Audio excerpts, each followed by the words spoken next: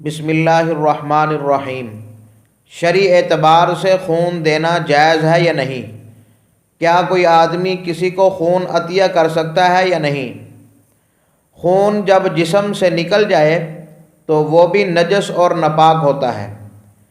اس کا اصل تقاضا تو یہی ہے کہ اس کو بھی کسی دوسرے کے جسم میں داخل نہ کیا جائے، کیونکہ حرام ہے، اور حرام چیز کسی دوسرے شخص کے جسم میں داخل نہیں کی جاتی، اور قرآن مجید میں بھی اس کی حرمت آئی ہے۔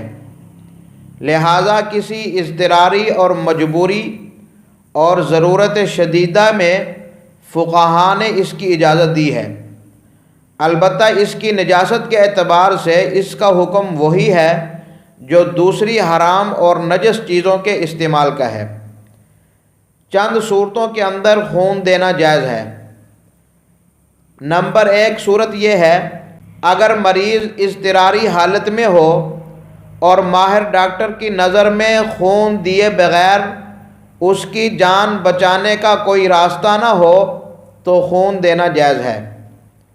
دوسری صورت یہ ہے، جب ماہر ڈاکٹر کی نظر میں خون دینے کی ضرورت ہو، مریض کی ہلاکت کا خطرہ تو نہ ہو لیکن خون دیے بغیر اس کی صحت کا امکان نہ ہو، تب بھی خون دینا جائز ہے۔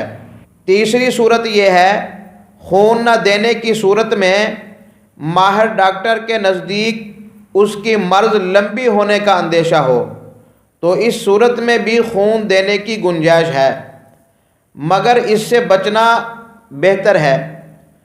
ان تینوں صورتوں میں خون دینا جائز ہے، مگر خون لینے کا معاوضہ نہ لیا جائے، اس کے پیسے نہ لیے جائیں، یہ درست نہیں ہے۔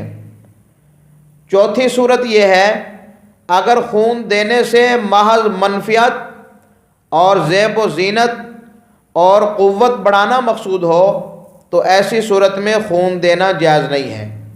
تو خلاصہ یہ ہوا کہ خون جب جسم سے نکلتا ہے وہ بھی ناپاک اور نجس ہوتا ہے، اس کو کسی دوسرے کے جسم میں داخل کرنا یہ ٹھیک نہیں ہے۔ لیکن اگر کوئی ضرورت شدیدہ ہو، کوئی مجبوری ہو، اس کی وجہ سے خون دیا جا سکتا ہے، لیکن اس کا معاوضہ نہیں لینا چاہیے۔